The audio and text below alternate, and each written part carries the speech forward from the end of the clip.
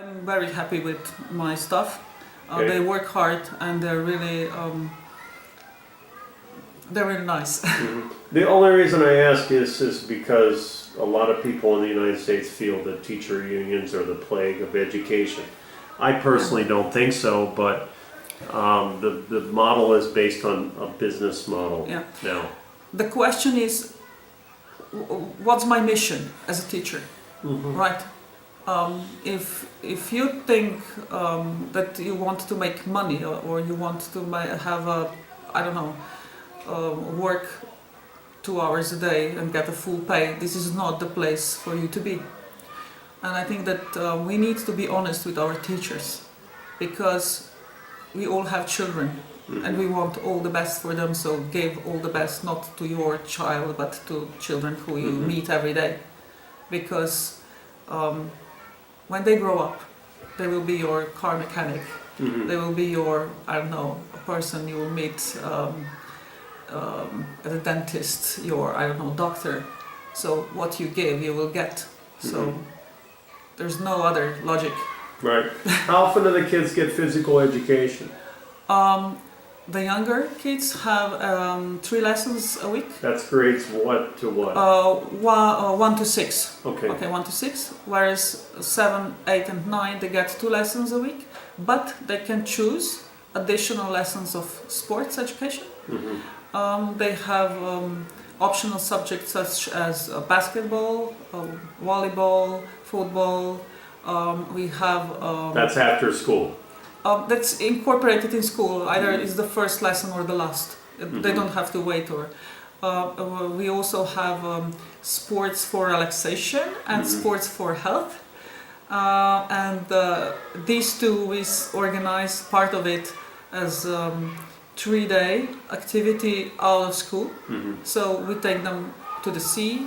And they have swimming there, sailing, rowing, things like that, or let's say we take them to the mountains and things like that, so that they try as many sports as possible. Have you been to other countries' educational systems? Have you seen? Yes. What other countries have you gone to? Okay, England, Canada. This is not on vacation, but actually to see their educational system. Yeah, Germany. Paid for by the ministry. Oh, I've been to just 2 study visits, one to Hanover and one to Blackpool.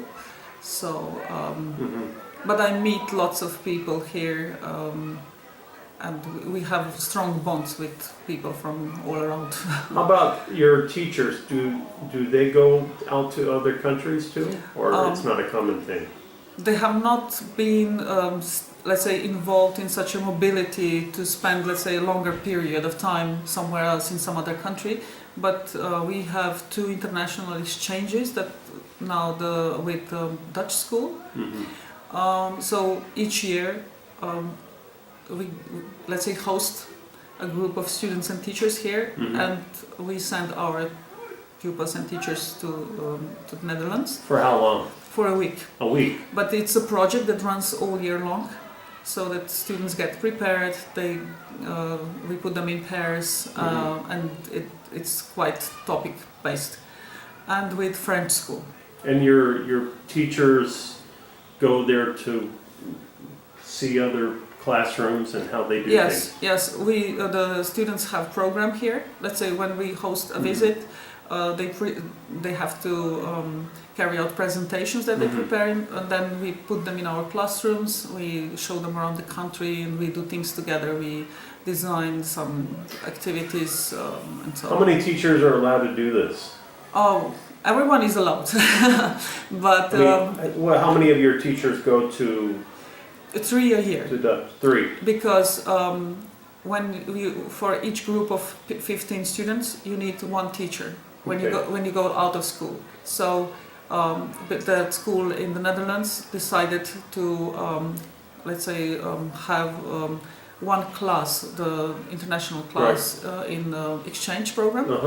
So that class is, let's say, the measure how many we can have, because each Dutch student has a pair in Slovenia. Is this during school time? Yes. And do many of your staff want to do this? Yes, they do, but when they can only 3 teachers a year go to the Netherlands, but when the Dutch students come here and teachers, the whole school lives with them. So we're used to that. Right. And there is another. Now we started. This year we had it for the 2nd year. Exchange with French school. And is this common in other schools too, or is this kind of unique to your school? We are unique in that respect that we do not get any funding from outside for these projects. We're not a part of some European funds or something, but we are funded by parents and local municipality. So the teachers don't have to pay? No. And I think this is good because, let's say, I'm not very fond of all sorts of projects because when something turns out well, they suddenly stop being funded. Right. So this is, and then you have a lot of bureaucracy and so on. Here we don't have. Here we are the masters of our fate. Right. And the parents like that a lot because students come here and they stay with their families, and the whole family somehow improves, gets to know each other, they become friends, and they go to holidays to, let's say, the foreigners come here. Do the teachers do presentations when they come back to the staff of what they learned? And they write reports and report in front of the staff, yes, they do.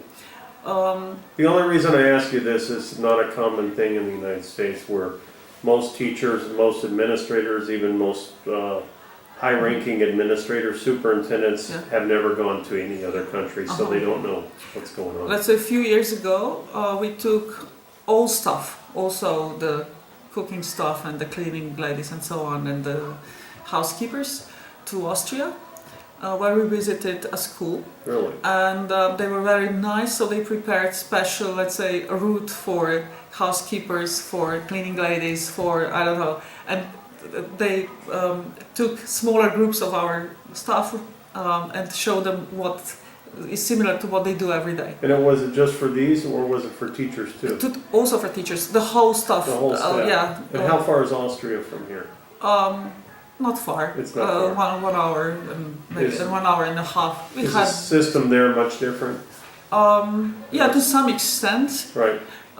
But I think it's important that you give people a contrast. Let's say, if we spend a week in a pink room, right, we won't know that it's pink anymore. But then if we put just one, let's say, line of blue, we'll immediately, that's one's pink and one's blue. So we need to give the stuff to people, the contrast. They're not aware of what they have here, in what good conditions they work. So we need to give them some additional, let's say, experience. Yeah, I understand. I agree. If they meet something good, they will try to take that and put it into their work. So when we came back, they said, "Oh, we'd like to have this and this and this." Okay, no problem. We'll do that. Just, let's say, make a plan and we'll try to do that. And then they say, "Oh, this is what we have it better.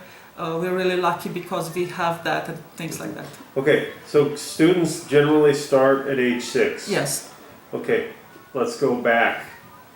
How about early childhood education? When does this begin? How many hours a day is it?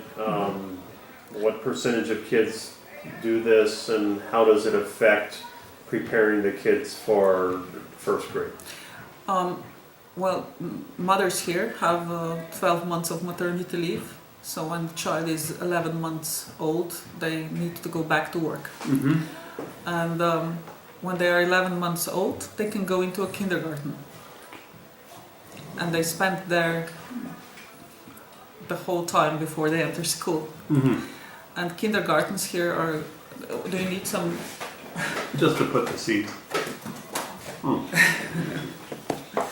Would you like some? Thank you. So they go to a kindergarten. Yeah. Kindergartens are open, let's say, like schools, from 6 in the morning till, I don't know, 4 or 5 o'clock. They're very good, I think. I mean, we have a kindergarten here, so that we can go from our building into there, because and we have very good bonds and connections with them. We cooperate a lot. We have joint projects. We learn from each other as far as stuff is concerned, and so on. The point is to cooperate, and also children. It's that when they go from kindergarten to school, it's usually a stress, right? But it's not stress here, because in the last grade they come to visit school. Our teachers go to kindergarten to meet the parents, and we work hand in hand, right? So there's a curriculum. In kindergarten? Yes, but it's much more free than in school. The kindergarten can, let's say, they can be much more flexible than school in many ways. Yeah, but it's not just taking care of children, but let's say children in kindergarten learn languages.